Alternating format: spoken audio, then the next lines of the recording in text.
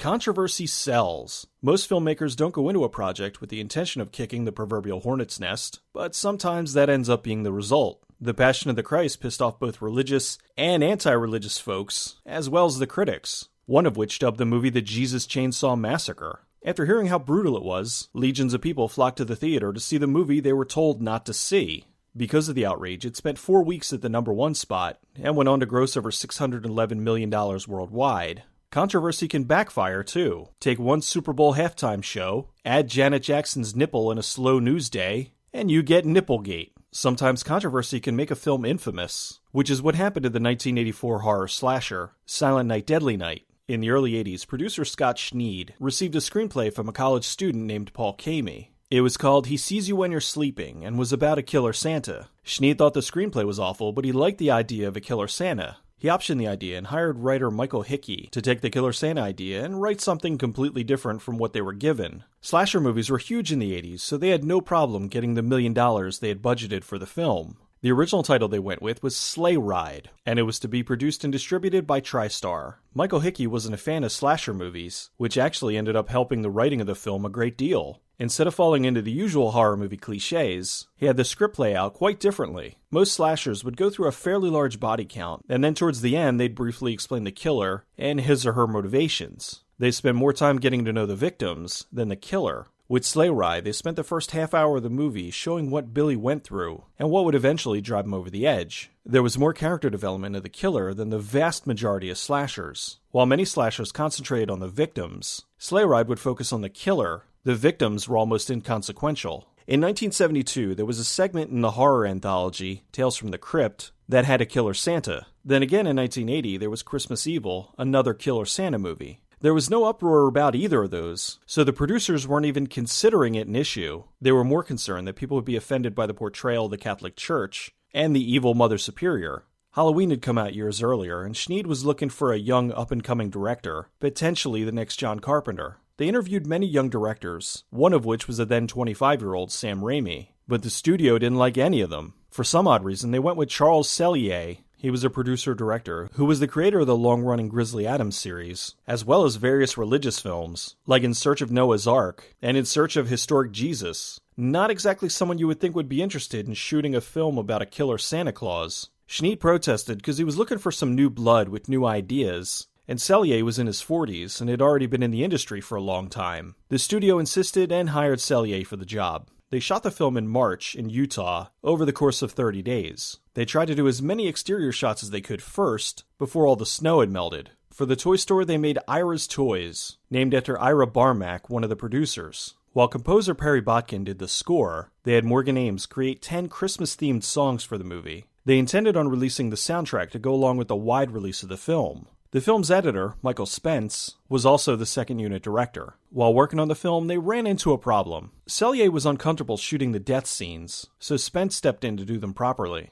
After filming and post-work was done, the studio had a test screening. Since the film was developed in the days when slashers were big money, they never even considered the killer Santa angle would be considered blasphemous. The film was aimed at a teen audience, so the test screening was all teens. Not surprisingly, they loved the movie, and TriStar decided to have a limited release in November, and if it did well enough, they'd move it to a wide release closer to Christmas. Shortly before its release, the studio changed the name of the movie from Sleigh Ride to Silent Night, Deadly Night. The movie opened the same weekend as the original A Nightmare on Elm Street, and it outpaced it. Even in its limited release, the movie was already a hit. But then, controversy struck. Trailers for the film ran during a football game in prime time, which sent mothers through the roof. And they say on the commercial that it only looks like Santa Claus, but to a child, there is only one Santa Claus. The PTA was protesting the film, as well as a group called Mothers Against Movie Madness. Instead of turning off the TV or having a conversation with their kids, many parents called the studio to complain and picketed the film. Most likely a slow news day caused what happened next. Local news stations interviewed the angry parents, and even though the film hadn't moved to a wide release, the story of the protests spread across the country. We're not out to do this to be famous or anything. We're out to get the movie taken out of the theater. Entertainment Tonight did a story about it, and Phil Donahue did as well. The whole thing turned into a media circus. The second week, the movie did even better at the box office. The film was in less than 1/4 of the country, but it pulled in $4.2 million. With these numbers, they estimated if the film made it to a wide release, it would pull in at least $20 million. Looking at that kind of return, TriStar was moving towards the wide release. During this time, the protests intensified, emboldened by the constant media frenzy, which only drew more attention to the film. Siskel and Ebert gave it a scathing review and called out the studio, producers, and everyone involved. So let's repeat the names of the people who did it. TriStar Pictures, co-owned by Columbia Pictures, CBS, and Home Box Office. Shame on you. So let me repeat the names of the writer and director and producers of this film. Michael Hickey wrote the film, Charles E. Sellier Jr. directed it, and Ira Richard Barmack produced it. You people have nothing to be proud of, even if you made a few bucks off of all the negative publicity. Your profits truly are blood money. They went on to imply that much like I Spit on Your Grave, the movie should never have been made. Here are some quotes from the height of the outrage. "Something has to be done. It's so ghoulish to do this near the holidays. The little children are the ones who are hurt. It's an invasion of children's dreams and fantasies. It's a form of child abuse. It hurts my brain to think that an actual adult said that." How about this one from a former mayor in Connecticut? "I'm not one for censorship. I believe in free speech, free expression. But Christmas is sacred. To make one of these killer movies with Christmas and Santa Claus as the theme, that's going too far." So what he's saying is you're allowed to create whatever you want unless I disagree with it.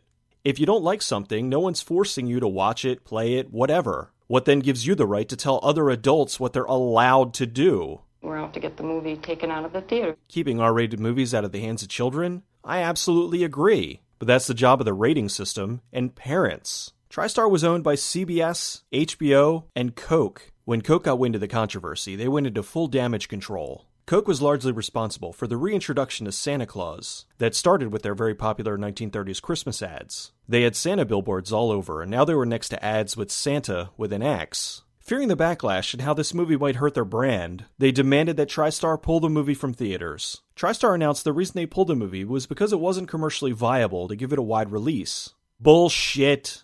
They also halted the film from its video release, so producer Ira Barmack had to buy the rights back from TriStar and make new deals in order to get it released on video. The film developed a following on home video, and years later, in 1987, Silent Night, Deadly Night 2 was released on home video. Even if you haven't seen it, you know this part. Garbage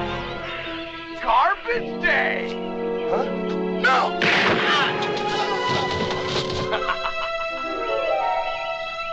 After that, there were 3 more sequels and a remake/reboot. Mickey Rooney was an actor who loudly protested the original movie, so it was fairly ironic that years later he was in such financial trouble, he agreed to star in Silent Night, Deadly Night 5, The Toy Maker. The director, Charles Sellier, died in 2011, but in an interview before his passing, he had said that this was the worst thing he had ever done, and he hates the movie. This year is the 31st anniversary of the film. Despite all the controversy and troubles the film went through, it's arguably more popular now than it was back then. The movie's since been recognized as not only one of the best slasher movies, but one of the best horror movies ever made. Quentin Tarantino even owns his own print of the film and says it's one of his all-time favorite movies. One year at the Austin Film Festival, Quentin Tarantino and Robert Rodriguez reenacted the grandfather-grandson scene word for the audience. When the movie was pulled from theaters, the soundtrack was put on indefinite hold, despite being finished. To honor the 30th anniversary, the previously shelved soundtrack was given an official release.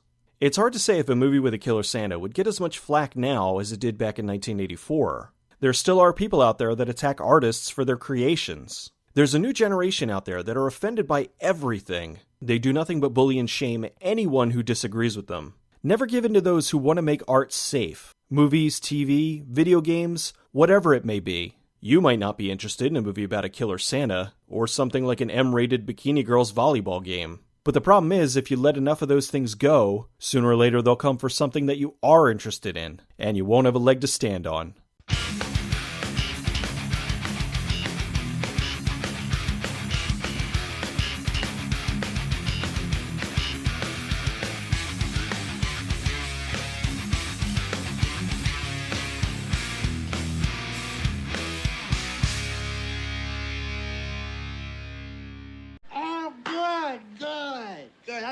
That's fine. That's fine.